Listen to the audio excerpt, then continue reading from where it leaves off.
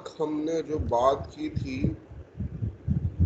हमारी बात हो रही थी कि किस तरह से भारत अपनी आज़ादी के नज़दीक पहुंच रहा था, एक एक स्टेप बाय स्टेप, परंतु कैसे कैसे चैलेंजेस भी उसको सामने फेस करने वाले थे, पड़ रहे थे।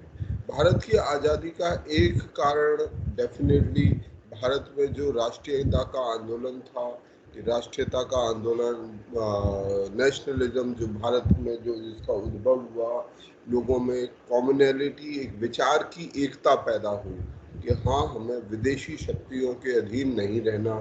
अपने भीतर एक आत्मविश्वास लोगों में पैदा हुआ, लोगों में एकजुटता पैदा हुई, कॉज के लिए, कारण के लिए। सभी लोग अलग अलग कारणों से सोच रहे थे, तो उस कारण के लिए एक साथ लड़ने की, कि हमें कैसे अंग्रेजी शासन से मुक्ति प्राप्त करनी है, इसे लड़ने की एक समझ पैदा हुई, और वो एकता पैदा हुई, एक विचारता पैदा हुई, वो चेतना पैदा हो गई थी।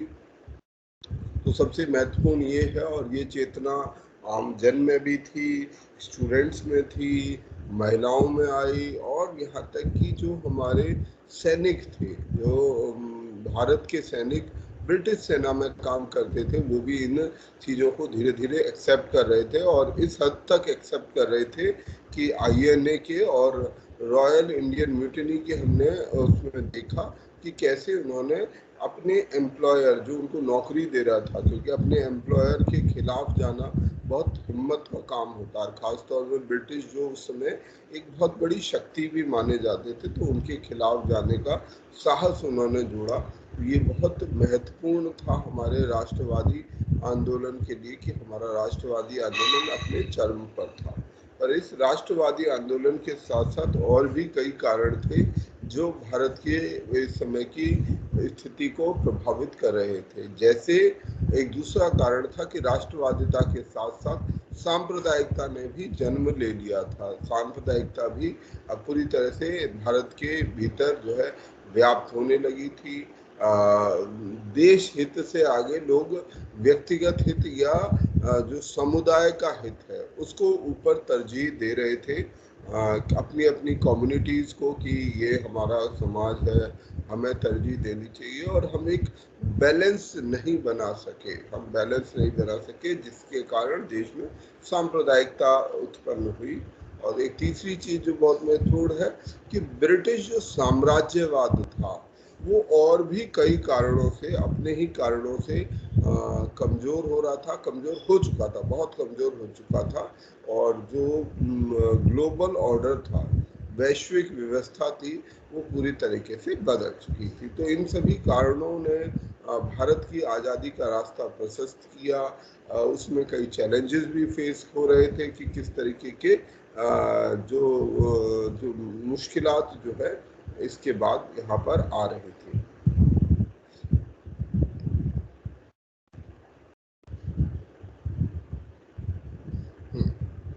अब जब हम कल यहाँ बात कर रहे थे कि कैसे जो है मुस्लिम लीग इलेक्शन में, क्योंकि भारत में जो मेजॉरिटी माइनॉरिटी का खेल है, तो उसके कारण भी भारत में जो है जिन्ना या मुस्लिम लीग पार्टी बहुत बड़ी अपना अपना स्थान नहीं बना सकी, कोई ज़्यादा सीट्स उसको मिल नहीं पाई। इससे जो फ्रस्ट्रेशन पैदा हुई, ठीक है, इससे जो फ्रस्ट्रेशन पैदा हुई, उस फ्रस्ट्रेशन ने मुस्लिम लीग को एक कन्फ्रंटेशन के मार्ग पर धकेल दिया। अब मुस्लिम लीग जो नैतिक तरीके हैं, जो एक्सेप्टेड तरीके हैं राजनीति के, उनके बजाय अनैतिक तरीकों पर भी उतर आई। उन्होंने कहा कि यदि हम पाकिस्तान जो डेमोक्रेटिक तरीके हैं उससे नहीं बना पा रहे, तो हम पाकिस्तान लड़ कर लेंगे, और इसीलिए नारा दिया गया, लेकर रहेंगे पाकिस्तान, लड़कर लेंगे पाकिस्तान। और इसके बाद जो है भारत के अंदर जगह जगहों पर कम्युनल राइट्स शुरू हो गए, जगह जगहों पर सांप्रदायिक हिंसा शुरू हो गई।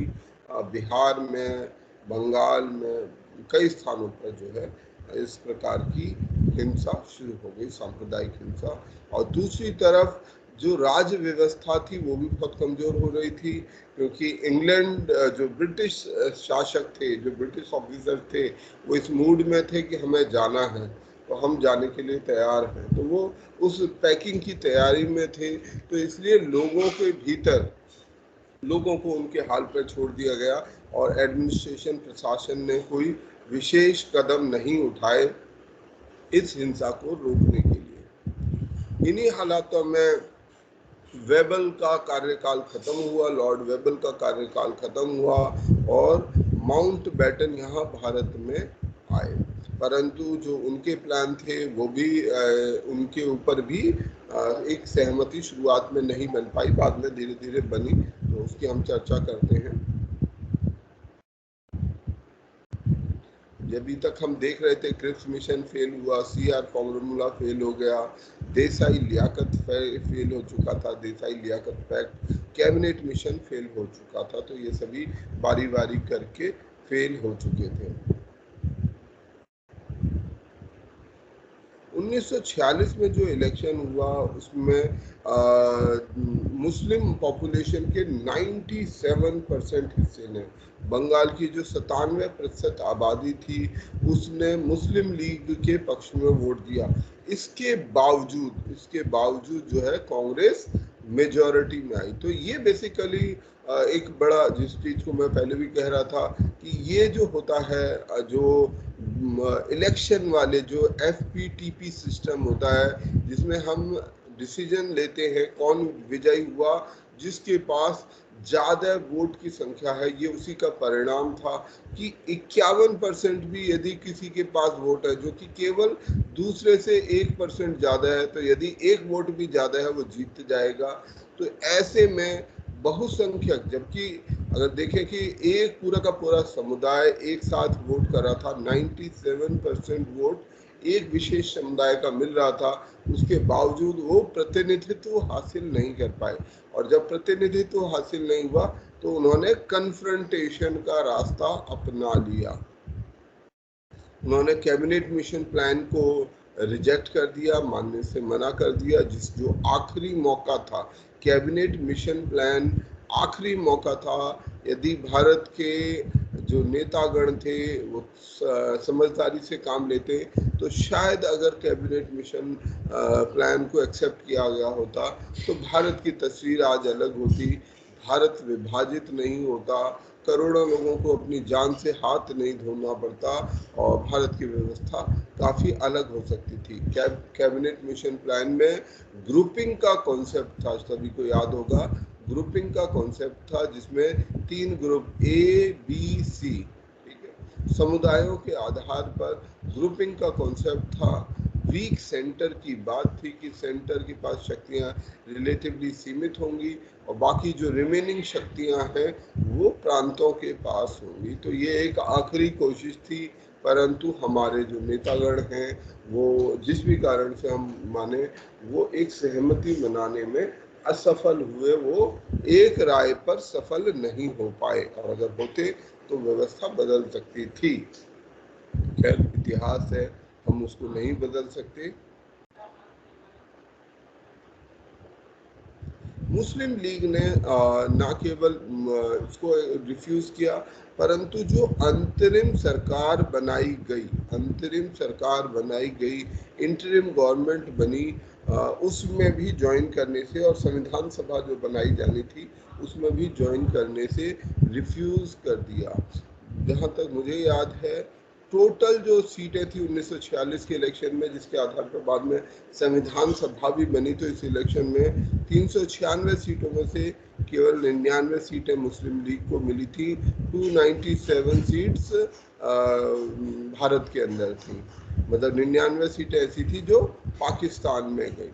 तो ये बाद में 99 सीटों का ये बंटवारा जो था, तो ये क्योंकि ये डिवीजन इस तरीके का था, मुस्लिम लीग के पास 99 सीट थी, इसलिए वो इस कॉन्स्टिट्यूएंट असेंबली में नहीं जाना चाहती थी, क्योंकि इस इलेक्शन के आधार पर जो कॉन्स्टिट्यूएंट असेंबली बनती वो किसी भी हालत में, उनका ऐसा मानना था कि वो हमारे अधिकारों को, ठीक है, ये 297 लोग कभी भी हमारे जो एक समुदाय विशेष है उसके अधिकारों का ख्याल नहीं रखेंगे, ऐसा मुस्लिम लीग का विचार था।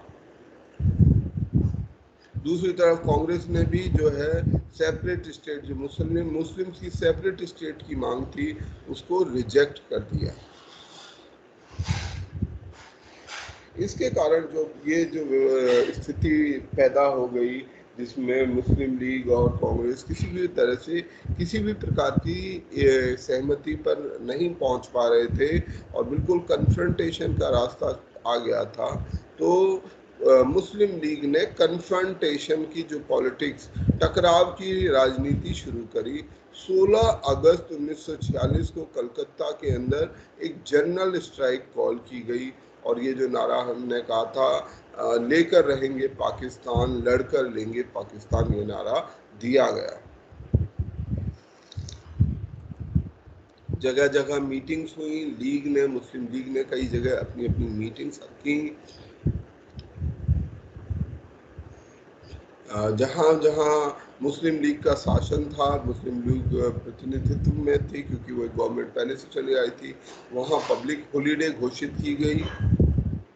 कई जगहों पर ये जो हड़ताल थी जो घोषित की गई थी कलकत्ता के क्षेत्र में, वो दो समुदायों के बीच में टकराव में तब्दील हो गई और इस दिन जो है कलकत्ता में, बंगाल में बड़े स्तर पर जो है सांप्रदायिक हिंसा, दंगे शुरू हो गए और इन दंगों में करीब 4000 लोग मारे गए। कलकत्ता के अंदर में 4000 लोग मारे गए। उसके आसपास के क्षेत्रों में, नोआखली में, बिहार में, यूनाइटेड प्रोविंस जो आज का उत्तर प्रदेश है, वहाँ पर ये दंगे फैलते गए। पंजाब, नॉर्थ वेस्ट फ्रंटियर, इस सभी इलाके में ये जो दंगे थे ये फैल गए और एक विकट स्थिति जो है भारत के भीतर पैदा हो गई। पार्टीशन की स्थिति भारत के भीतर जो पैदा हो चुकी थी। तो इसके बाद नोआखली में बड़े स्तर पर massacre, rape, abductions, kidnapping, forced conversion, ये सब चीज़ें शुरू हो गई। दोनों समुदाय एक दूसरे की संपत्ति को नुकसान पहुंचाने लगे, घरों को जलाया जाने लगा और जहाँ जहाँ जिसका डोमिनेशन था, मुस्लिम डोमिनेटेड क्षेत्रों में ये लड़ाई शुरू हुई और उसके बाद ये बाद में हिंदू क्षेत्रों में भी बढ़ती गई। जहाँ जहाँ इस प्रकार का डिवीजन था, जैसे नोआखली, चित्तगांव डिवीजन में, इन सब जगहों पर ये हिंसा हुई। गांधी जी ने इस हिंसा को रोकने के लिए पूरे जो बंगाल है उसका टूर किया, जगह जगह जाकर लोगों को समझाया। नोआखली में अपना कैंप रखा, 4 महीने तक वहाँ रहे और शांति स्थापित करने की कोशिश की।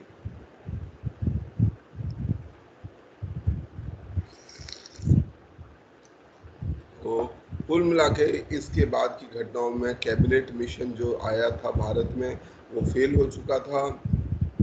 इंटरिम गवर्नमेंट जो भारत में अंतरिम सरकार बनाई गई, वो सरकार भी फेल हो गई थी, वो भी कोलैप्स कर रही थी और जो है देश की स्थिति लगातार बहुत बिगड़ती जा रही थी। ये जो कम्युनल हिंसा होनी शुरू हुई, तो इससे जो है देश की स्थिति बहुत खराब हो गई और ये अंदेशा हो गया, एक तरीके से अंदेशा क्या, भारत में सिविल वॉर की स्थिति क्रिएट होने लगी थी दो समुदायों के बीच में। इसी समय पर लॉर्ड माउंटबेटन भारत में आए। भारत में जब लॉर्ड माउंटबेटन आए, माउंटबेटन ने अपना जो फॉर्मूला रखा, उन्होंने जो अब तक बातें हो रही थी या कांग्रेस की मांग थी कि यूनाइटेड इंडिया रहना चाहिए, उन्होंने उसको मना करके ये बोला कि yes, we should divide India but at the same time retain maximum possible unity, कि हमें भारत को विभाजित कर देना चाहिए, ये बेहतर होगा, अन्यथा ये जो हिंसा है ये गृह युद्ध की शक्ल ले लेगी। डिवाइड करते समय हमें जितनी ज़्यादा से ज़्यादा एकता, यूनिटी भारत में संभव हो, उसे मेंटेन करना चाहिए। तो ये जो प्लान था, ये 3 जून का प्लान माउंटबेटन प्लान कहलाता है। इससे पहले मार्च में, यहाँ लिखा नहीं हुआ, मार्च में भी एक प्लान दिया था जिसको बाल्कन प्लान कहा जाता है। इसमें कहा गया था सबको अलग अलग कर दो, परंतु वो सबके द्वारा रिजेक्ट कर दिया गया। बाल्कन प्लान में कहा गया था कि हमने 1773 से पहले जब भारत में शासन स्थापित किया, रेगुलेटिंग एक्ट से पहले या 1765 से पहले जो भारत की स्थिति थी, हम उस भारत को उसी स्थिति में छोड़ देते हैं, जहाँ जो राजा था वही राजा बना देते हैं। पर ये ज्यादातर किसी को एक्सेप्टेबल नहीं थे। बाल्कन मतलब उसके मल्टीपल फ्रेगमेंट कर दें, तो ये भारत के लिए भी बहुत नुकसानदायक होता। अगला जो प्लान था वो 3 जून का माउंटबेटन प्लान जो बना, इस माउंटबेटन के प्लान के अनुरूप भी बाद में भारत को आज़ादी मिली और 15 अगस्त 1947 की डेट जो है तय कर दी गई कि जो है 15 अगस्त 1947 को भारत को आज़ाद कर दिया जाएगा। जो मुख्य बिंदु थे इस प्लान के वो थे कि जो मुस्लिम डोमिनेटेड एरियाज हैं उनको मेन डोमिनियन से अलग कर दिया जाएगा। मतलब जो मुस्लिम डोमिनेटेड एरियाज हैं उनका विभाजन करके उनको एक अलग देश बनाया जाएगा। ये विभाजन बंगाल में, पंजाब में, जहाँ जहाँ हिंदू और मुस्लिम आबादी बहुसंख्यक है उसके आधार पर किया जाएगा। जहाँ मुस्लिम आबादी ज़्यादा है, जैसे उस समय पंजाब का जो क्षेत्र था, पाकिस्तान का जो क्षेत्र आज के समय में है, आपको सभी को पता होगा कि पाकिस्तान में भी पंजाब है, ठीक है। यहाँ जो पंजाब, पहले जो पंजाब सूबा होता था, प्रांत होता था, वो कंबाइंड प्रांत होता था। पंजाब भारत में भी है, पंजाब उधर भी है पाकिस्तान में। ऐसे ही जो बांग्लादेश है वो बंगाल कहलाता था, बांग्लादेश और वेस्ट बंगाल। तो उस समय पर इसको बांग्लादेश और वेस्ट बंगाल में बांट दिया गया। बंगाल लेजिस्लेटिव असेंबली जो है मिलेगी और पार्टीशन के लिए वोट करेगी। सिंपल मेजॉरिटी के आधार पर जो है ये पार्टीशन किया जाएगा। जो भी ग्रुप जिस तरफ जाना चाहे उसे सिंपल मेजॉरिटी के आधार पर तय किया जाएगा और प्रांतों को बांटा जाएगा। कुछ क्षेत्र थे जैसे NWFP, north west frontier province. यहाँ पर कौन नेता थे? नॉर्थ वेस्ट फ्रंटियर प्रोविंस में कौन नेता थे भारत के? फेमस गांधीयन लीडर थे खान अब्दुल गफ्फार खान, अब्दुल गफ्फार खान। और उनका बड़ा इन्फ्लुएंस था और वो गांधीयन विचार से प्रभावित थे। तो वहाँ की स्थिति बाकी पाकिस्तान से थोड़ी अलग थी। वहाँ के लोग, शायद मैं श्योर नहीं हूँ, संभवतः वो डिवाइडेड भारत के समर्थक नहीं थे कि भारत को बांटा जाए, इसके समर्थक नहीं थे। तो इसलिए नॉर्थ वेस्ट फ्रंटियर प्रोविंस, परंतु geographically north west frontier province पूरी तरीके से पाकिस्तान में पड़ता है। तो ऐसा संभव नहीं है कि मान लीजिए ये भारत है, अब यहाँ पाकिस्तान बना देते और पाकिस्तान का ये हिस्सा, ये वाला हिस्सा भारत में जुड़ जाए, तो ये संभव नहीं था। ज्योग्राफिकली कंटिन्यूटी नहीं थी। तो इस कारण सिमिलरली सिलहट में दोनों जगह पर ये तय किया गया कि वहाँ रेफरेंडम के द्वारा, जनमत संग्रह के द्वारा ये तय किया जाएगा कि वो अलग देश में रहना चाहते हैं या भारत में। 15 अगस्त को भारत को आज़ाद किया जाएगा। जो रियासत हैं, प्रिंसली स्टेट्स हैं, उनके पास आज़ादी होगी अपनी सुविधा से किसी भी इंडिया या पाकिस्तान को ज्वाइन करने की। हाँ, बांग्लादेश की, सेपरेट बांग्लादेश की जो मांग थी वो इस समय खड़ी हो गई थी, परंतु इसको रिफ्यूज कर दिया गया कि there would not be any separate Bangladesh. जो आज बांग्लादेश बाद में बना उसको रिफ्यूज कर दिया गया और एक बाउंड्री कमीशन बनाया जाएगा जो भारत और पाकिस्तान की सीमा को बताएगा, जो ये डिसाइड करेगा कि कौन कहां पर भारत और पाकिस्तान के बीच में बाउंड्री बनेगी। ठीक है, इस बाउंड्री कमीशन के चेयरमैन बने थे red Cliff, mister red Cliff, इसीलिए से रेड क्लिफ कमीशन के नाम से भी जाना जाता है, रेड क्लिफ मिशन के नाम से। जो रेड क्लिफ थे उन्होंने भारत और, इसीलिए वो रेड क्लिफ लाइन भी बोलते हैं, रेड क्लिफ लाइन है जिसने भारत और पाकिस्तान के बीच की बाउंड्री को तय किया। तो इस तरह से जो मुस्लिम लीग की मांग थी उसे मान लिया गया, उसकी जो मांग है वो पूरी हुई, भारत बट गया। प्रिंसली स्टेट्स को भी अब एक अलग रहने का या मिलने का दोनों ऑप्शन उनके पास थी, वो जो चाहे वो फैसला ले सकते हैं। तो भारत के लिए ये भी एक बहुत बड़ा काम हो गया कि इन प्रिंसली स्टेट्स को, जो छोटे छोटे रियासत थे पूरे भारत में, अगर ये भारत है तो यहाँ जैसे ये हमारा राजपूताना, मेवाड़, मारवाड़, यहाँ ग्वालियर, यहाँ हैदराबाद, यहाँ पर बेंगलोर, मैसूर वाला राज्य, अलग अलग जगह छोटे छोटे इस तरीके से भारत में राज्य मौजूद है। हाँ जी सर 1946 के इलेक्शन में सर प्रिंसली स्टेट्स का भी वो था ना रिप्रेजेंटेशन? 1946 नहीं, मेरे ख्याल से नहीं, I am not sure on this. Sir 92 शायद रिप्रेजेंटेशन था, 92 सीट्स था उनका प्रिंसली स्टेट्स का। पर इलेक्शन नहीं हुआ था, वहां के रिप्रेजेंटेटिव तो थे। वो व्यवस्था की गई थी 1935 में, और शायद 1919 में भी ये व्यवस्था की गई थी कि जो प्रिंसली स्टेट, जो रियासत होंगे, उनके रिप्रेजेंटेटिव भेजे जाएंगे। पर जैसे रेस्ट ऑफ इंडिया जो था, जो ब्रिटिश इंडिया था, जो गैर प्रिंसली स्टेट वाला इंडिया था, वहां पर इलेक्शन के जरिए से रिप्रेजेंटेटिव आए थे। पर जो प्रिंसली स्टेट के जो रिप्रेजेंटेटिव थे उनको अनइलेक्टेड, 1946 के बारे में श्योर नहीं हूँ, उससे पहले वो निश्चित रूप से जो रियासत के लोग थे, रियासत के राजा थे, वो राजाओं ने नॉमिनेट करके, चुनकर, उनको जो भी आदमी अपनी पसंद का लगा उसको चुना, नॉमिनेट किए गए राजा द्वारा। वो जो भी प्रिंसली स्टेट था उन्होंने नॉमिनेट किए। But I am not sure of 1946, मैं इसको कंफर्म कर लूंगा, आप लोग भी देख सकते हैं कि 1946 में जो संविधान सभा बनी, उसमें जो प्रिंसली स्टेट्स के रिप्रेजेंटेटिव थे, क्या वो शामिल हुए? पहला सवाल, आपका सवाल वाजिब सवाल है। कभी मैंने इस पर सोचा नहीं, कहीं पढ़ा भी नहीं इस तरीके से कि क्या कॉन्स्टिट्यूएंट असेंबली में रियासतों का प्रतिनिधित्व था। पहला सवाल जो आपका सवाल है, जो वाजिब सवाल है, कि क्या प्रिंसली स्टेट का रिप्रेजेंटेशन था या नहीं था। दूसरा, शायद ना भी हो, क्योंकि रियासतों को ये ऑप्शन दी गई थी कि भाई आप इंडिपेंडेंट हो जाओ, हो सकता है उनका कोई रिप्रेजेंटेशन हो ही ना कॉन्स्टिट्यूएंट असेंबली में, जिसमें 296 सदस्य थे।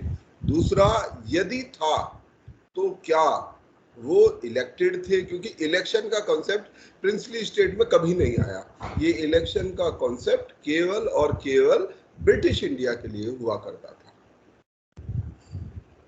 अच्छा, अब हम अपने इंडिपेंडेंस पे आ जाते हैं। तो इस प्रकार से भारत को 15 अगस्त 1947 की मध्य रात्रि में, मिडनाइट में, भारत को आज़ादी प्राप्त हुई। ये जो प्रांत थे, United Province, Central Province, Bombay Presidency, Madras Presidency, Karnataka, East Punjab, West Bengal, Assam और नॉर्थ वेस्ट फ्रंटियर एजेंसी, ये जो क्षेत्र था, ये नॉर्थ वेस्ट फ्रंटियर एजेंसी जो आज नॉर्थ ईस्टर्न इंडिया है, वो वाला क्षेत्र है। ठीक है, तो ये इनको मिलाकर भारत बनाया गया। जो अंडमान निकोबार और लक्षद्वीप द्वीप समूह है, उनको भी भारत के अंदर जोड़ दिया गया, वो भी भारत का हिस्सा बने रहे। इसी प्रकार से पाकिस्तान का गठन किया गया, जिसमें वेस्ट पंजाब था, नॉर्थ वेस्ट फ्रंटियर प्रोविंस था, सिंध था, और ईस्ट बंगाल जो आज बांग्लादेश है वो शामिल था।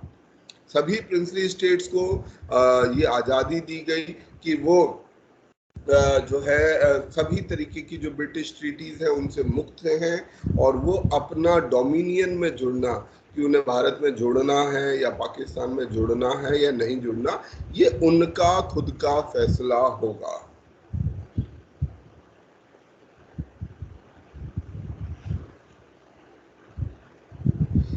भारत और पाकिस्तान दोनों को ये आज़ादी दी गई कि यदि वो चाहें, ठीक है, तो वो ब्रिटिश कॉमनवेल्थ का सदस्य रहें और ना चाहें तो उसे छोड़ दें।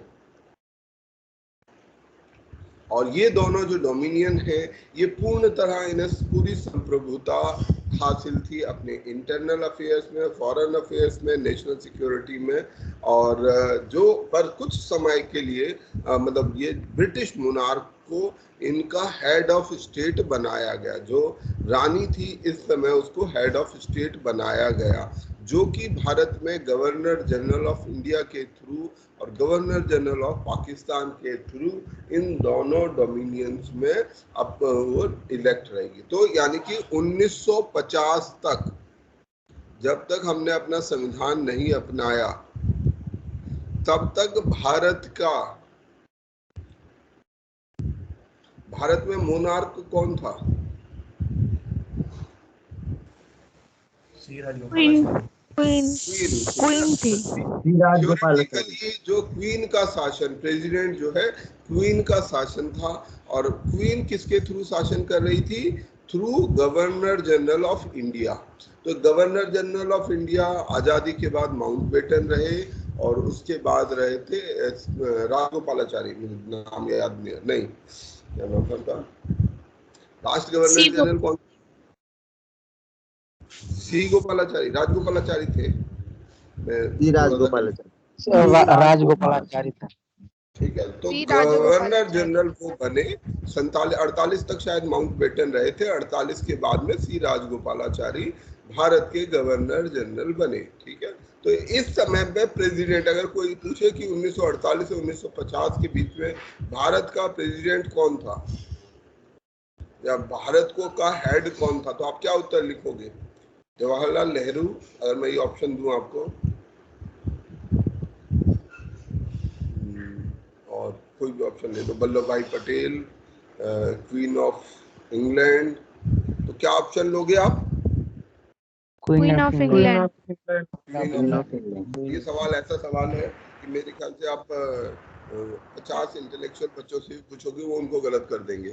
ठीक है, तो यहाँ पे ये याद रखना है, जब हमने अपना संविधान अपना लिया, उस संविधान में हमने राष्ट्रपति की व्यवस्था की कि एक राष्ट्रपति होगा। अब हम क्वीन से मुक्त हो गए, क्वीन से मुक्त हुए, और फिर हमने कहा कि हमारे अपने प्रेसिडेंट होंगे। राजेंद्र प्रसाद को हमने पहला अपना राष्ट्रपति बनाया। अब इससे अगली कड़ी में आते हैं भारत के पार्टीशन की कहानी। भारत की ये एक बड़ा दुख भरा इतिहास है, पर हमें इसे जानना जरूर चाहिए और इससे सीखने की कोशिश करनी चाहिए कि क्यों हम, क्योंकि ये इतिहास में हमेशा ये बोलता हूँ कि केवल पढ़ने वाला सब्जेक्ट नहीं है, रटने वाला सब्जेक्ट नहीं है। ये डेट्स याद कर लिया, उस दिन क्या हुआ, उस दिन क्या हुआ, क्या करेंगे इन डेट्स का हम याद करके? हमें याद क्या करना है कि हमने इतिहास में क्या कुछ सही किया है, क्या कुछ गलत किया है, और इतिहास में जो कुछ गलत किया है उसको हम अब ना दोहराएं। कम से कम एक गलती को, देखो पहली बार आदमी गलती करता है तो उसे क्या कहते हैं? ठीक है भाई, गलती हो गई। अगर कोई आदमी गलती दोहराता है तो उसे क्या बोलते हैं? अब अगली बार वो गलती करने वाला नहीं कहलाता, फिर उसे या तो हम मूर्ख कहते हैं या कहते हैं कि ये जानकर गलतियां करता है। ठीक है, तो जो अपनी गलतियों से सीखता नहीं है वो बहुत रिस्पेक्टेड नहीं होता इसके ऊपर, उसके साथ आपको कोई सिंपैथी नहीं होगी क्या सिंपैथी? सेम चीज इतिहास पर लागू होती है कि अगर हम इतिहास से सीख नहीं रहे हैं, ये समझ नहीं रहे हैं कि इतिहास में हमने ये गलती की, तो अब कम से कम अब ना दोहराएं। तो अगर हम पाकिस्तान का जो हमारा विभाजन है, इसकी कहानी को समझने की कोशिश करें, तो ये जो कहानी है वो हम 1857 से शुरू कर सकते हैं। 1857 में अंग्रेज जो थे वो निश्चित रूप से भारत में डिवाइड एंड रूल की पॉलिसी, भारत की अपनी एक व्यवस्था है।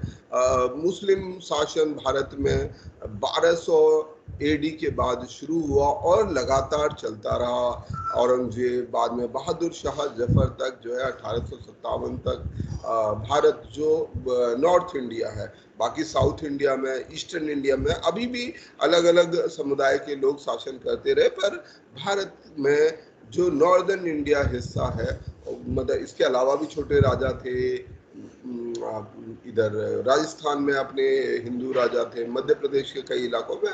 ऐसी बात नहीं कि हम ये कह नहीं सकते कि ये पूरा समय ऐसा था जिसमें केवल मुस्लिम ही राजा थे या हिंदू राजा थे, ऐसा नहीं था। उस समय की व्यवस्था अलग थी। तो 1200 एडी से लेकर 1857 एडी तक वो समय रहा जब हमारे भारत के बड़े हिस्से पर, ऐसा कह सकते हैं, भारत के बड़े हिस्से पर, नॉट एंटायर इंडिया पर, मेजॉरिटी हिस्से पर, 40-50% हिस्से पर मुस्लिम शासन एक परपेचुअली रहा, और जिसमें सबसे बड़ा मुस्लिम शासन मुगल शासकों का था, जिन्होंने बहुत अच्छा काम भी किया। मुगल शासन में हमारी इकोनॉमी, हमारी पॉलिटी बहुत स्ट्रांग हुई। हमारी हर व्यवस्था में हम मुगल शासन की छाप देखते हैं।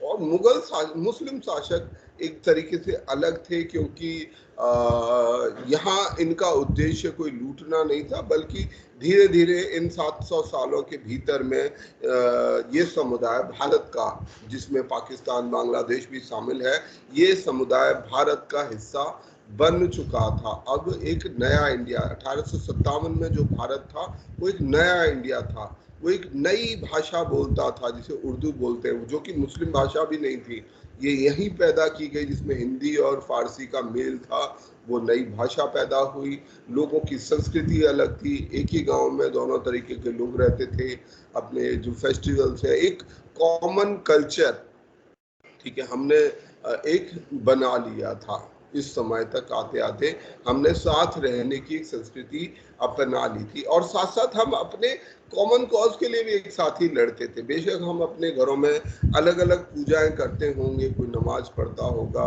कोई मंदिर जाता होगा, ये एक अलग विषय है, परंतु जो ये जो पर्सनल चीजों के बाहर कॉमन चीजों में एक साथ ही रहते थे। जैसे कि सबसे पहला उदाहरण हमारा 1857 का विद्रोह है। 1857 के विद्रोह में अगर हम ध्यान से देखें, हिंदू मुस्लिम दोनों समुदाय के सैनिक थे, हिंदू मुस्लिम दोनों समुदाय के राजा लोग थे, चाहे वो मुस्लिम नवाब थे या भारतीय राजा थे, दोनों लोग थे, केवल एक कॉमन कारण के लिए लड़ रहे थे। तो भारत की संस्कृति अब तक एक सम्मिलित संस्कृति बन चुकी थी। भारत के लोग आपस में एक दूसरे के साथ रहना, मतलब दोनों समुदाय एक दूसरे के साथ रहना सीख गए थे। पर अंग्रेजों ने डिवाइड एंड रूल की पॉलिसी को निश्चित रूप से अपनाया। उन्होंने समुदायों के बीच में एक दीवार खड़ी करनी शुरू की, और ये 1857 से उन्होंने शुरू किया था। उससे पहले भी करते होंगे, पर इसका जो स्पष्ट लक्षण 1857 में दिखता है, जब उन्होंने मुस्लिम समुदाय को 1857 के विद्रोह के लिए जिम्मेदार एक तरह से मान लिया, और मुस्लिम समुदाय को एक किनारे करने का, व्यवस्था से अलग हटाने का निश्चय कर लिया, और उनको किसी भी प्रकार की जो सरकारी नौकरियां होती थी या जो भी सरकार के थ्रू चीजें मिल सकती थी, उनसे बाहर कर दिया गया, उन्हें नेग्लेक्ट किया गया गवर्नमेंट के सिस्टम के जरिए से।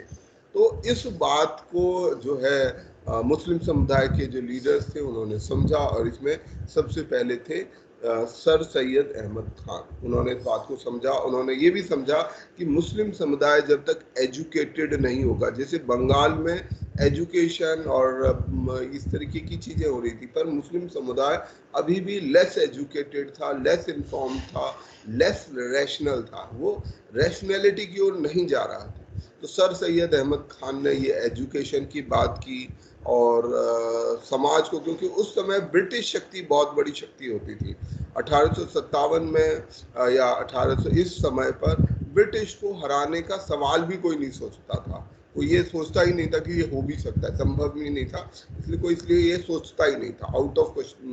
आउट ऑफ सिलेबस टाइप का क्वेश्चन है कि हम किसी भी तरीके से ब्रिटिश को चैलेंज, ना हिंदू ने चैलेंज किया, ना मुस्लिम ने, ना किसी और समुदाय ने, क्योंकि ब्रिटिश शक्ति उस समय बहुत बड़ी शक्ति हुआ करती थी।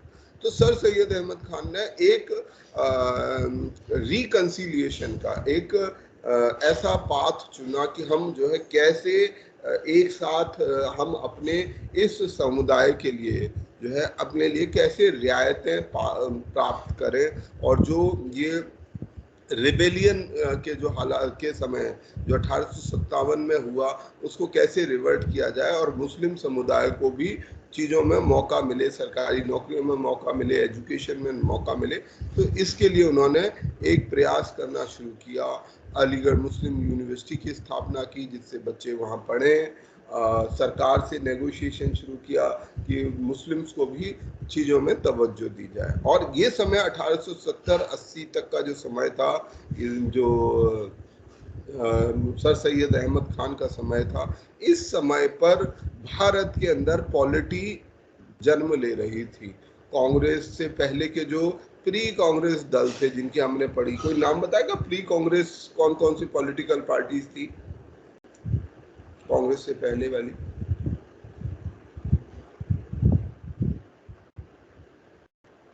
पूना सार्वजनिक सभा। Poona Sarvajanik Sabha, very good. Bengal land holder society, Madras Mahajan Sabha. तो इस प्रकार की जितने ये ऑर्गेनाइजेशन थे, ठीक है, ये सभी ऑर्गेनाइजेशन बन रहे थे। अब इन सब ऑर्गेनाइजेशंस में का चरित्र अगर हम देखें, जैसे हिंदू मद्रास महाजन सभा, तो इन सब का चरित्र ज्यादा मतलब इनका चरित्र हम ये नहीं कह सकते कि ये हिंदू थे, परंतु यस निश्चित रूप से जो जमींदार, हिंदू जमींदार वर्ग के लोग थे उनका प्रतिनिधित्व था।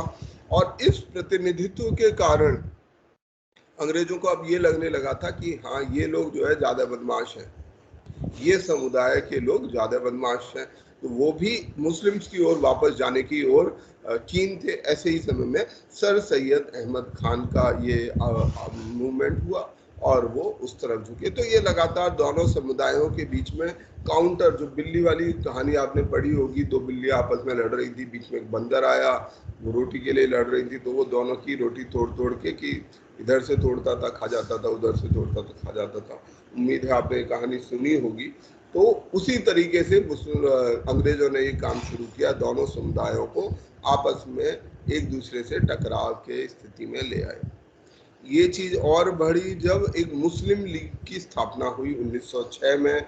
1906 में मुस्लिम लीग स्थापना हुई जिसका उद्देश्य था कि मुस्लिम राजनीतिक हितों को जो है हमें प्रोटेक्ट करना है। यहाँ पर ये महत्वपूर्ण है कि राजनीतिक हितों का कोई धर्म नहीं होता, वो हिंदू मुसलमान नहीं होते, राजनीतिक हित सेक्युलर होते हैं। परंतु ये सोच निश्चित रूप से राजनीति में रहती है कि आप एक समुदाय विशेष से हैं तो आप एक समुदाय विशेष को अर्ज कर सकते हैं, उसको बढ़ावा दे सकते हैं कि एक समुदाय को इकट्ठा कर लिया जाए तो मुझे उनका समर्थन हासिल हो जाएगा, मैं राजनीति में आगे पहुंच सकूंगा। इसी उद्देश्य से मुस्लिम लीग की स्थापना की गई। परंतु फिर भी मुस्लिम लीग को ये भी नहीं कह सकते कि ये पूरी तरह से पाकिस्तान बनाने के लिए या सांप्रदायिक हिंसा के लिए काम कर रही थी। इसका उद्देश्य ये था कि मुस्लिम हितों को कैसे आगे बढ़ाया जाए, ये कतई नहीं था कि हिंदू हितों को कैसे। नाम किसका है? पीरा की नाम तो मैं बदनाम है आज। कृपया करके ये काम ना करें, धन्यवाद। अच्छा, दूसरी जो चीज हुई इसके बाद, मुस्लिम लीग के बाद सेपरेट इलेक्टोरेट की घोषणा। इसने भी राजनीतिक रूप से ये वो विभाजित कर दिया लोगों को कि एक हिंदू वर्ग है, एक मुस्लिम वर्ग है, दोनों के राजनीतिक हित अलग अलग हैं। इसके बाद अगला लखनऊ सेशन में हमने एक प्रकार से सेपरेट इलेक्टोरेट को स्वीकृति देकर इस जो धर्मों का, सांप्रदायिक धर्मों का जो राजनीतिक विभाजन है उसे एक्सेप्ट कर लिया। इसके बाद अगली जो बड़ी घटना हुई वो हुई कि हमने क्या किया, सिविल डिसओबीडियंस मूवमेंट, ठीक है। यहाँ तक आते आते, जबकि 1919 के 1920-21 के नॉन कोऑपरेशन मूवमेंट में मुस्लिम्स का पूरा सहयोग था, पर 1930 में सविनय अवज्ञा आंदोलन में मुस्लिम्स का कोई विशेष योगदान नहीं रहा।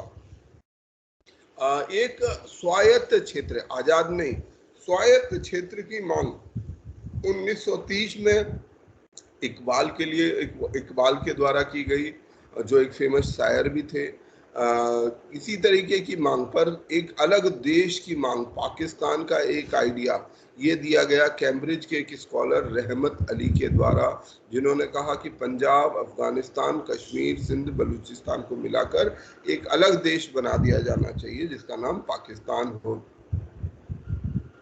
कांग्रेस की भी इसमें अपनी गलतियां रही, अपने आदर्शवाद के बावजूद उन्होंने गलती की। सबसे पहले 1937 के इलेक्शन में जब कांग्रेस को मेजॉरिटी हासिल हुई तो उसने लीग को, मुस्लिम लीग को किसी भी प्रकार का कोई प्रतिनिधित्व देने से साफ मना कर दिया, किसी भी प्रकार का कोलिशन लीग के साथ करने से मना कर दिया।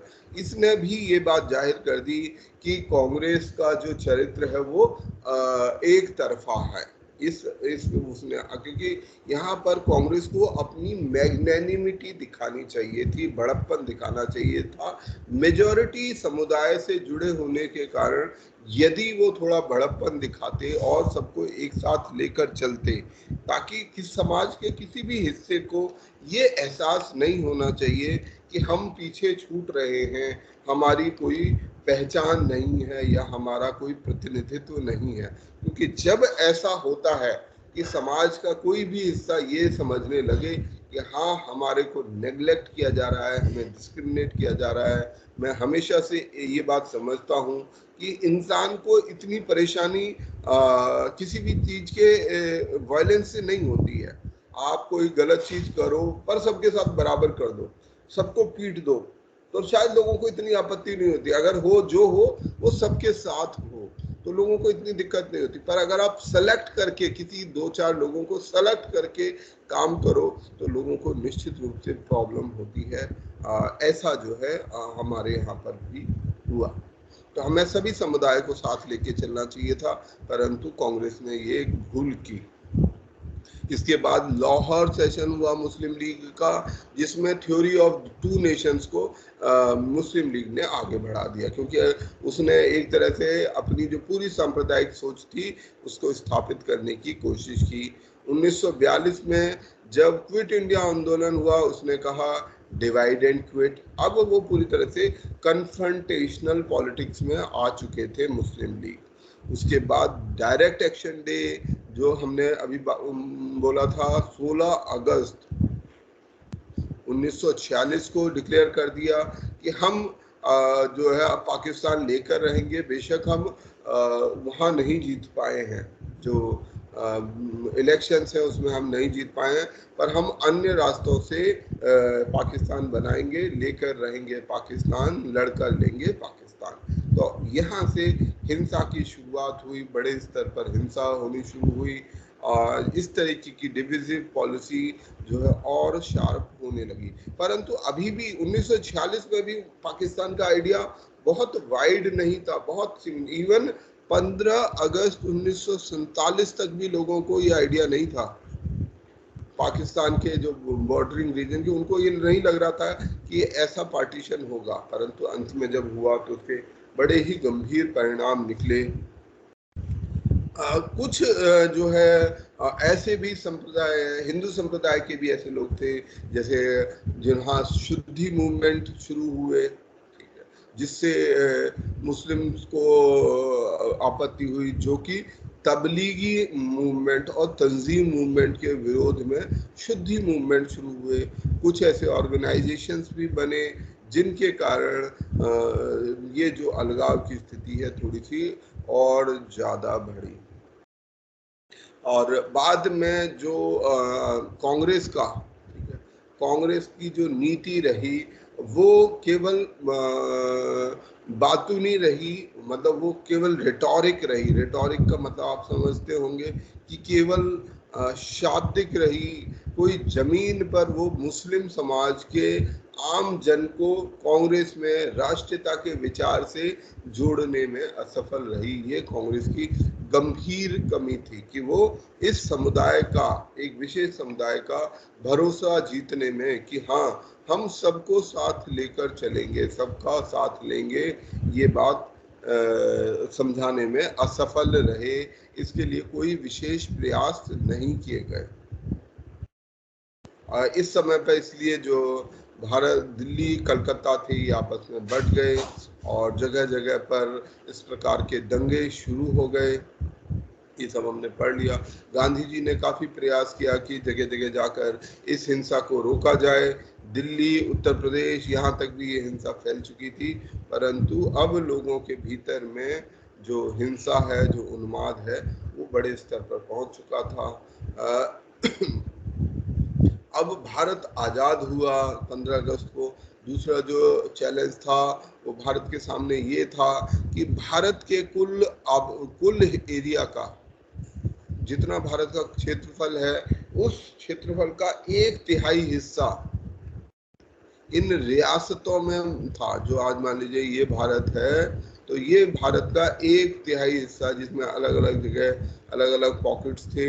तो यहाँ इनके भीतर जो है रियासत के राजा मौजूद थे और इन रियासतों को इंडियन यूनियन में जोड़ना, ठीक है। इंडियन यूनियन में 600 से ज्यादा कितनी रियासतें थी जब भारत आजाद हुआ? कितनी? हाँ, 557 सर, 557 थे। मेरे को 600 से ज्यादा याद आ रहे हैं, 600 के आसपास थे। एनीवे, नंबर चेक कर लेना। इतनी रियासतें हमारे देश में थी और ये देश की रियासतें, इनको ये अधिकार था, कानूनन अधिकार था कि वो चाहें तो इंडिपेंडेंट रहें। हमें उनको किसी भी तरीके से भारत के यूनियन में, भारत में जोड़ना था। वल्लभ भाई पटेल ने इस काम को बहुत मेहनत से किया और उन्होंने धीरे धीरे कर इन सभी रियासतों को भारत में जोड़ा। केवल 3 रियासत ही 15 अगस्त 1947 तक रह गई थी, जो अभी इंडियन यूनियन में नहीं जुड़ना चाहती थी। तो ये भारत के आज़ादी तक की कहानी है। ये हमारा अगला जो चैप्टर है,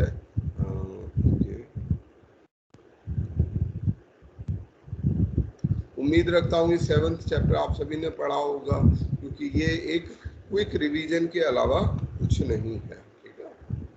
कि भारत में जो, क्योंकि प्री मुगल एरा से हमें इसे कनेक्ट करना होगा। 1707 में औरंगजेब की मृत्यु हुई। 1708 में गुरु ग्रंथ साहिब सिखों के गुरु बन गए। जो गुरु परंपरा थी, हर जो एक गुरु था 10वें गुरु के बाद, वो गुरु परंपरा खत्म हो गई सिख धर्म में। उसके बजाय गुरु ग्रंथ साहिब जो उनकी किताब है, जो उनके एक रिलीजियस टेक्स्ट है, उसी को गुरु मान लिया गया, उसी को गुरु बना दिया गया कि अब हम सब लोग केवल जो हमारे गुरुओं की वाणी है उसको फॉलो करेंगे। बाजीराव वन को शाहू महाराज का पेशवा बनाया गया। तो यहाँ से हमारे जो मराठा शासन में जो पेशवाओं की शुरुआत हुई बाजीराव वन से। 1756 में ब्लैक होल ट्रेजेडी, जिसमें कई सारे ईस्ट इंडिया के सोल्जर्स मारे गए थे नवाब ऑफ बंगाल के हाथों, वो ये ब्लैक होल ट्रेजेडी वो 1756 में हुई। 1757 में पलासी का युद्ध हुआ और 1757 से लेकर 1758 तक कंपनी का शासन भारत के अगले 101 साल तक भारत में कंपनी का शासन रहने वाला था। 1758 में कर्नाटिक वार हुआ। 1759 में फ्रांसीसी लोग भी भारत आए। 1760 में मराठा को, ठीक है, मराठाओं ने निजामों को हराया। ये वो समय था जब मराठा एक बड़ी शक्ति बन गए। 1760 वो वर्ष था जब मराठा अपनी शक्ति के सबसे ऊपर के हिस्से पर थे। तो अगर मराठा कमजोर नहीं पड़ते तब शायद भारत में अंग्रेजी शासन स्थापित नहीं हो पाता। बैटल ऑफ बांडीवाश ये ब्रिटिश के लिए इम्पोर्टेंट है, बैटल ऑफ पलाशी के अलावा, क्योंकि इसमें फ्रांसीसियों को उन्होंने युद्ध हो रहा, क्योंकि ब्रिटिश लोग फ्रांसीसियों से भी लड़ रहे थे अब कि यहाँ पर कौन अपना आधिपत्य करेगा। 1761 में हुआ थर्ड बैटल ऑफ पानीपत, 14 जनवरी 1761 को, जिसमें अहमद शाह दुर्रानी, अहमद शाह अब्दाली, सॉरी, ठीक है, अहमद शाह अब्दाली, अच्छे दोनों ही इसके नाम हैं। अहमद शाह अब्दाली मुगल राजा और शाह आलम थे शायद, और उसके अलावा मराठा पेशवाज। तो ये तीनों शक्तियों ने मिलकर मराठा, शाह आलम, इन्होंने जो है अहमद शाह दुर्रानी के खिलाफ, अहमद शाह अब्दाली के खिलाफ लड़ाई लड़ी, परंतु उसमें मराठाओं की बुरी हार हुई और इस बुरी हार ने मराठा मनोबल को तोड़ दिया और मराठा शक्ति को बहुत कमजोर कर दिया और वो कभी इससे वापस रिकवर नहीं कर पाए। 1764 में बैटल ऑफ बक्सर हुई, जिस बक्सर के युद्ध ने भारत में अंग्रेजी शासन को स्थापित किया। 1767 में एंग्लो मैसूर वॉर हुआ पहला, जिसमें हैदर अली ने ब्रिटिश आर्मी को हराया था। 1761 में दिल्ली पर मराठाओं का कब्जा हुआ। 1773 में रेगुलेटिंग एक्ट लाया गया। वॉरेन हास्टिंग पहले गवर्नर जनरल ऑफ इंडिया बने। 1774 में इंग्लिश को छोड़ देते हैं, हमारी खास इंपॉर्टेंट नहीं है। 1775 में एंग्लो मराठा वॉर हुआ। 1780 में दूसरा एंग्लो मैसूर वॉर हुआ। पहला 1767 में हुआ था, दूसरा एंग्लो मैसूर वॉर 1780 में हुआ। 1784 में खत्म हुआ विद ट्रीटी ऑफ मैंगलोर। ये युद्ध दूसरा एंग्लो मैसूर युद्ध बराबरी पर रहा। 1786 में डिस्ट्रिक्ट कलेक्टर का पद बंगाल के भीतर बनाया गया। 1779 में तीसरा एंग्लो मैसूर वॉर युद्ध जो था वो शुरू हुआ। 1792 में 92 में तीसरा एंग्लो मैसूर वॉर हुआ। 1798 में चौथा एंग्लो मैसूर वॉर हुआ। 1700 ये तीसरा और 92 का और चौथा 98 का युद्ध, दोनों युद्धों में मैसूर के टीपू सुल्तान की हार हुई थी। चौथे युद्ध में उसकी मृत्यु हो गई इसके बाद, इस युद्ध के बाद, और मैसूर का शासन वोडियार डायनेस्टी को दे दिया गया।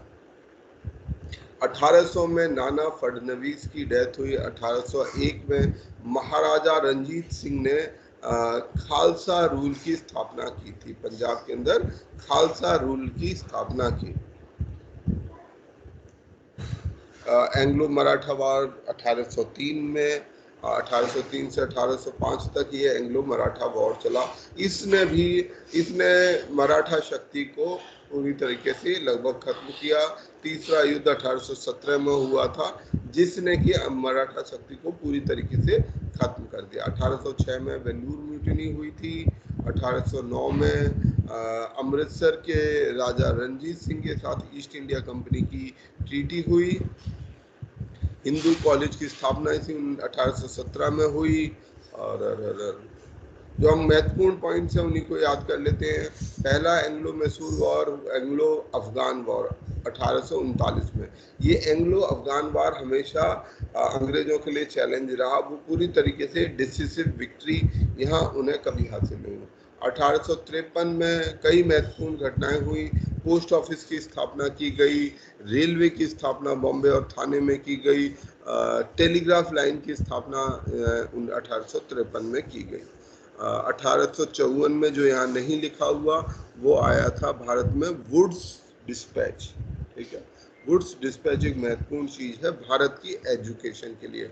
1856 में हिंदू विडो रीमैरिज एक्ट पास हुआ।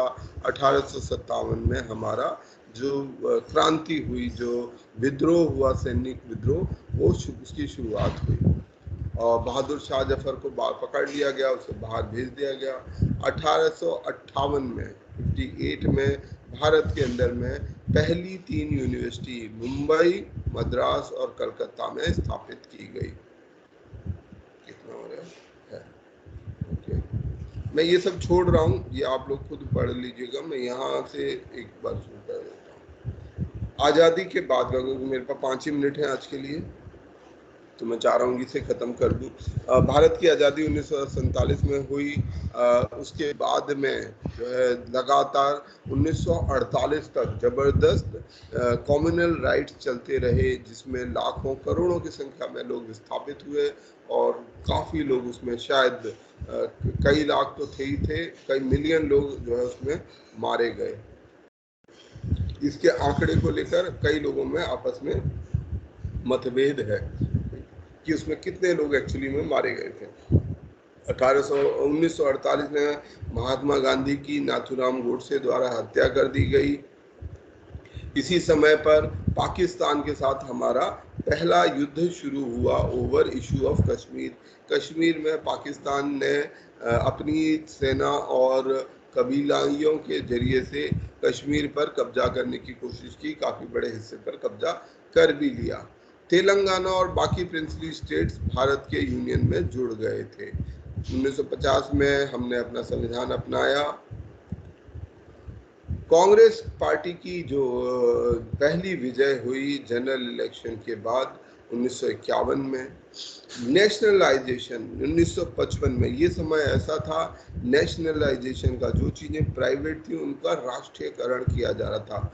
तो इंडियन इंश्योरेंस सेक्टर का राष्ट्रीयकरण किया गया और LIC की स्थापना यहाँ पर 1955 में की गई। डॉक्टर अंबेडकर ने बुद्धिज्म के में कन्वर्ट किया 6 लाख लोगों के साथ 14 अक्टूबर 1956 को। डॉक्टर अंबेडकर का देहांत हुआ 6 दिसंबर 1956 को। 1962 में जो हमारे डिस्प्यूटेड टेरिटरी थे, ठीक है, उसको लेकर चाइना के साथ हमारा युद्ध शुरू हुआ। इंडिया ने इसी वर्ष में दीप, दमन, गोवा इनको पोर्तुगीज से हासिल किया। पोर्तुगीज के साथ भी युद्ध हुआ था जिसमें हमें गोवा प्राप्त हुआ। तो भारत का हिस्सा गोवा बना था सन 1962, दीप, दमन के अलावा, क्योंकि यहाँ पर इन क्षेत्रों में पुर्तगीज का शासन था। 64 में जवाहरलाल नेहरू की मृत्यु हुई। 1965 में पाकिस्तान के साथ दोबारा से हमारा युद्ध शुरू हुआ। 1966 में लाल बहादुर शास्त्री की ताशकंद में मृत्यु हुई। 1966 में इंदिरा गांधी भारत की प्राइम मिनिस्टर बनी। 1969 में 14 मेजर प्राइवेट बैंक्स का राष्ट्रीयकरण किया गया। 14 जो बड़े बैंक थे जिनको वापस अभी जो है उनको मर्ज कर दिया गया है या खत्म कर दिया गया है। ये जितने छोटे छोटे बैंक थे, state bank of Baroda, bank of India, central bank of India, ऐसे बहुत सारे बैंक हैं। तो इनका राष्ट्रीयकरण 1469 में किया गया, 1969 में। 1956 में स्टेट बैंक का राष्ट्रीयकरण किया गया था, जिसे पहले इंपीरियल बैंक ऑफ इंडिया बोला जाता था। 1971 में बांग्लादेश के साथ हमारा युद्ध शुरू हुआ। पाकिस्तान के साथ हमारा तीसरा युद्ध शुरू हुआ और बांग्लादेश की स्थापना हुई। सोवियत संघ के साथ इस समय हमारे अच्छे संबंध स्थापित हुए और हमने 20 ईयर फ्रेंडशिप ट्रीटी की। 1974 हमारे लिए एक और महत्वपूर्ण वर्ष है, जिस वर्ष भारत में पहला न्यूक्लियर डिवाइस टेस्ट किया गया। दूसरा 1997 में हुआ था और पहला 1974 में। तो जिस समय न्यूक्लियर डिसआर्मामेंट की बात हो रही थी उस समय ये नीति लाई गई।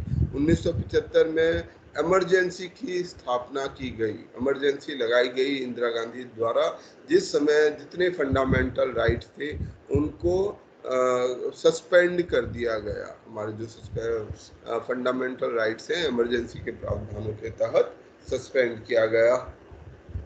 1977 में कांग्रेस का भारी विरोध हुआ और उसको हार का सामना करना पड़ा। पहली कम्युनिस्ट पार्टी की सरकार भी इसी इलेक्शन में वेस्ट बंगाल में स्थापित हुई। 1979 में जो जनता पार्टी जीती थी वो हार गई। चरण सिंह प्राइम मिनिस्टर बने। 1980 में दोबारा से इलेक्शन हुए और वापस कांग्रेस स्थापित हुई। 1983 में एनटी रामा राव, आपने नाम ये सुना होगा, एनटी रामा राव, जो तेलुगु देशम पार्टी जिन्होंने बनाई थी, NTR बोलते हैं, उन्होंने पहली बार जो है यहाँ पर शासन स्थापित किया आंध्र प्रदेश में, और वो लोकनायक जयप्रकाश नारायण के JP के बाद पहली ऐसी शक्ति बने जिन्होंने कांग्रेस का, इंदिरा गांधी का सामना किया, उसका विरोध किया। ये वर्ल्ड कप जीता। 1984 में ब्लू स्टार कांड हुआ, जब गोल्डन टेम्पल में आर्मी, क्योंकि उस समय सिख टेररिज्म का एक वो था, शुरुआत थी, उस समय ब्लू स्टार ऑपरेशन हुआ। इंदिरा गांधी की हत्या इसी वर्ष हो गई। इंदिरा गांधी की हत्या उसके ही बॉडीगार्ड द्वारा की गई। 1987 में भारत ने राजीव गांधी के शासन में ये तय किया था कि हम भारत श्रीलंका के तमिलियन इशू को सॉल्व करने के लिए अपनी पीस कीपिंग फोर्स भेजेंगे, जो बाद में एक डिजास्टर भी साबित हुआ। सेबी की स्थापना हुई। 1979 में कांग्रेस को हार का सामना करना पड़ा।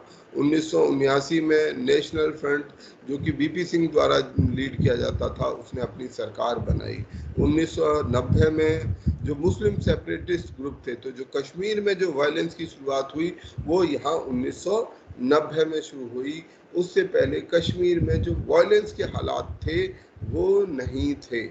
1991 में राजीव गांधी का जो लिट्टे के LTTE के समर्थक थे, उनके द्वारा उनको मार दिया गया, उनका असैसिनेशन कर दिया गया और PV नरसिम्हा राव भारत के प्रधानमंत्री बने, मनमोहन सिंह फाइनेंस मिनिस्टर बने और LPG की पॉलिसी, लिबरलाइजेशन, प्राइवेटाइजेशन और ग्लोबलाइजेशन की पॉलिसी भारत में स्थापित हुई।